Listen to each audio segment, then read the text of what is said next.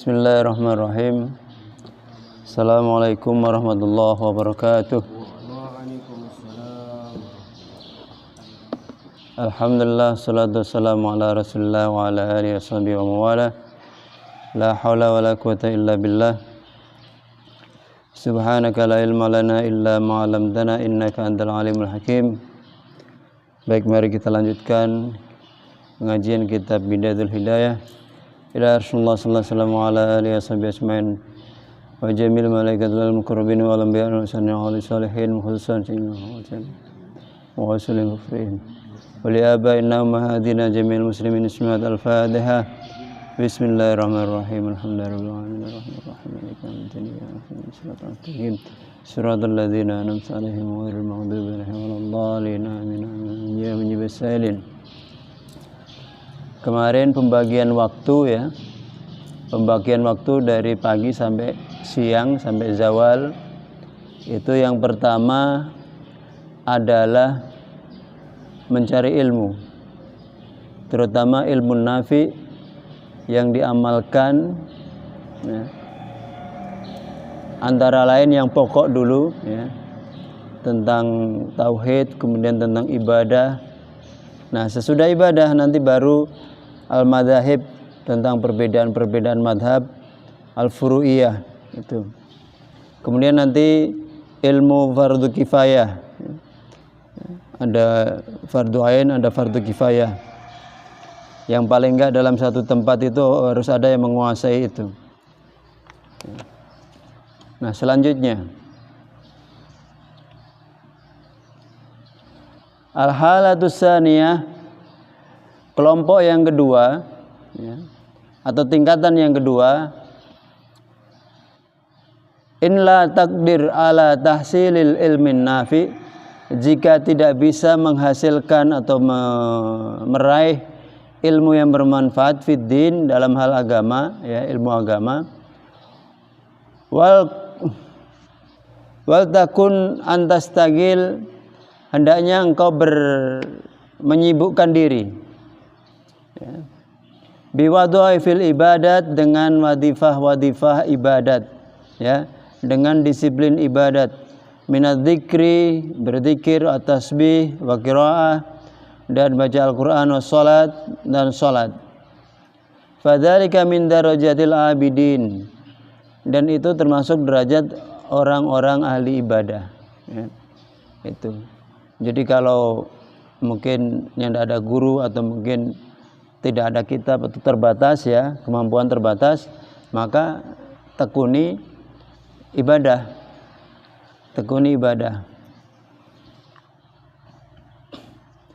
Maka itu termasuk bagian dari kelompok-kelompok abidin. As-solihin, orang-orang yang soleh. Wa takunu aidan bidzalika minal faizan, dan itu termasuk juga orang-orang yang beruntung ya, orang yang beruntung. Jadi paling enggak kalau nyendak itu punya kunci ibadah lah. Makanya ada buku-buku yang harus kita miliki ya, kunci ibadah itu perlu juga, atau tuntunan sholat ya. Itu kita perdalam dan kita amalkan dengan memperbaiki sholat kita. Mujarobat. Mujarobat itu bagian pertama tadi itu berarti ya. Ya. Itu yang kedua ya. Ya, ibadah, sibukkan dengan ibadah. Atau kelompok yang ketiga, al-halatus salisah antastagil bima yasilu minhu khair ilal muslimin. Kelompok yang ketiga itu hendaklah engkau menyibukkan diri dengan apa yang sampainya kebaikan kepada seluruh orang Islam ya. Wa yudkhilu bihi sururun ala qulubil mu'minin, dan memasukkan kegembiraan ya, menggembirakan orang-orang atau hati orang-orang yang beriman ya. Makanya idkhalus surur, memasukkan kegembiraan, itu juga termasuk bagian dari kebaikan yang besar. Itu orang sufi seperti itu. Aw yatayassaru bihil amal sholihat lis-sholihin, atau memudahkan amal-amal soleh bagi orang-orang, amal-amal kebaikan bagi orang-orang solehin. Artinya kita berkhidmat, ya. Kahidmatil fuqaha, seperti membantu orang ahli fikih, ya. Bantu kiai, wasufiyah, ahli sufi, wahluddin, dan ahli agama, ya. Jadi ada kegiatan apa begitu, mama kegiatan begini, nah kita bantu. Mungkin kalau seandainya alat-alatnya banyak, orang bantu, ya, atau mungkin biar bagian konsumsi, bagian apa, nah yang penting itu membantu supaya kebaikan itu bisa terlaksana dengan baik, ya. Nah kita bantu menjadi bagian dari situ, ya, itu. Wa tastagrik wa taraddud fi asghalihim, dan tenggelam atau melibatkan secara penuh dalam kesibukan itu. Wasa'yu fi it'amil fuqara wal masakin, dan berusaha juga memberi makan fakir miskin. Nah, itu ada kegiatan apa, buka bersama atau apa dengan fakir miskin, nah kita terlibat di situ.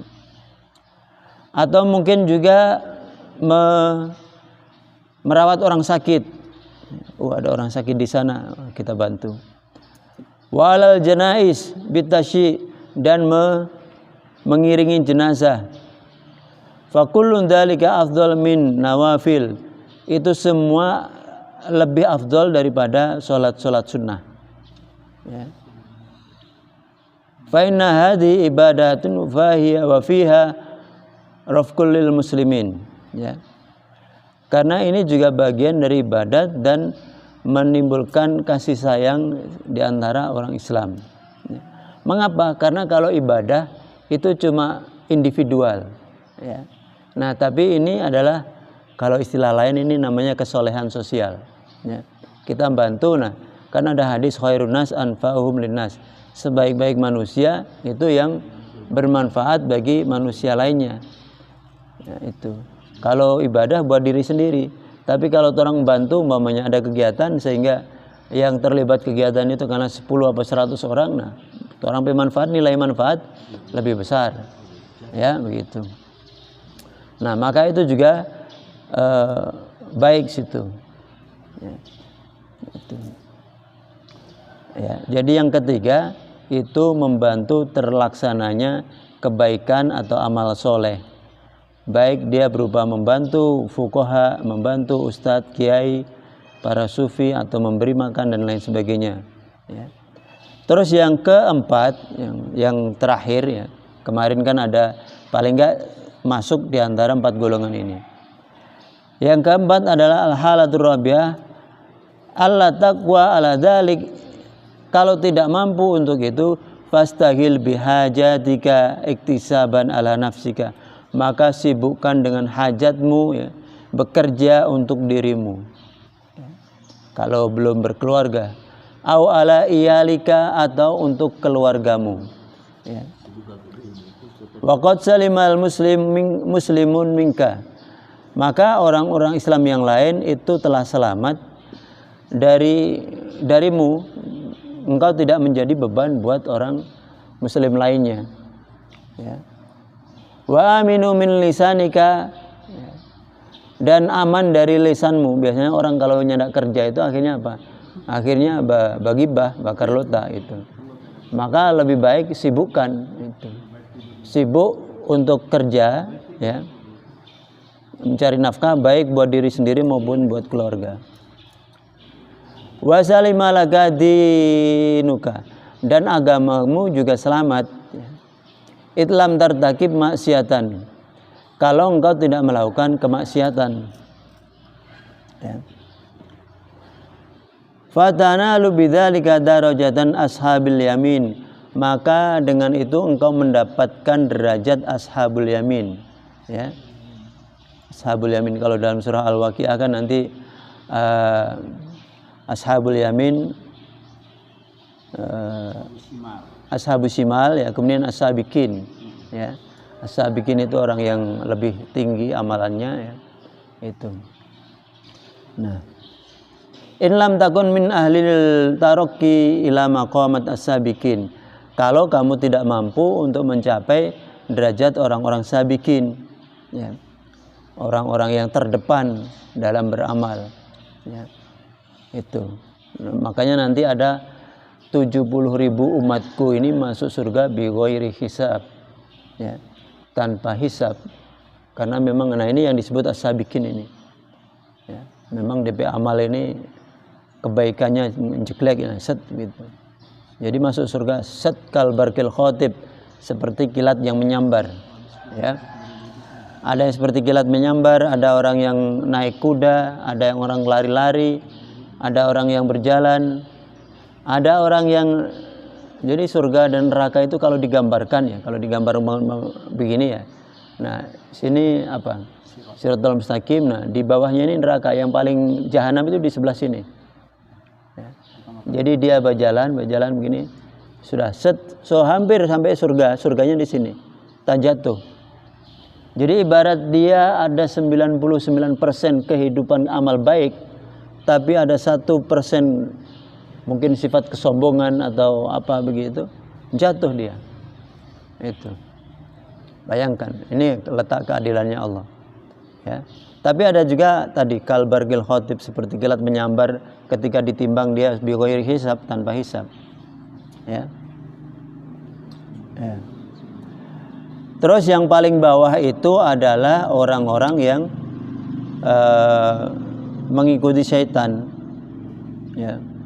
Itu. Maka wadzalika bi antastagil wal iyad billah. Engkau menyibukkan diri dan mohon perlindungan dari Allah bima yahdamu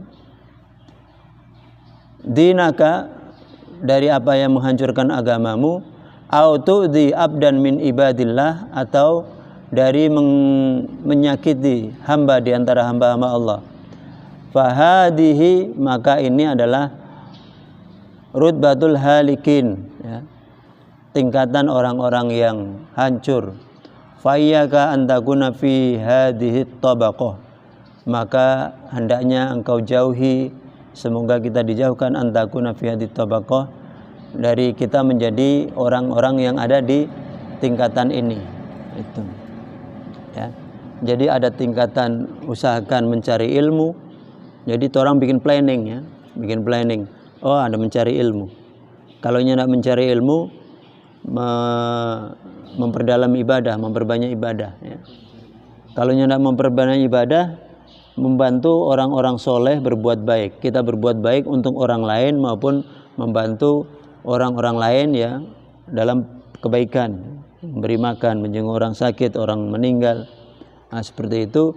Kemudian yang keempat itu sibuk untuk bekerja, baik mencari nafkah buat diri sendiri atau buat keluarga. Jangan sampai menjadi beban orang Islam lainnya, ya. Nah, seperti itu. Terus juga jangan sampai menjadi orang yang bermaksiat.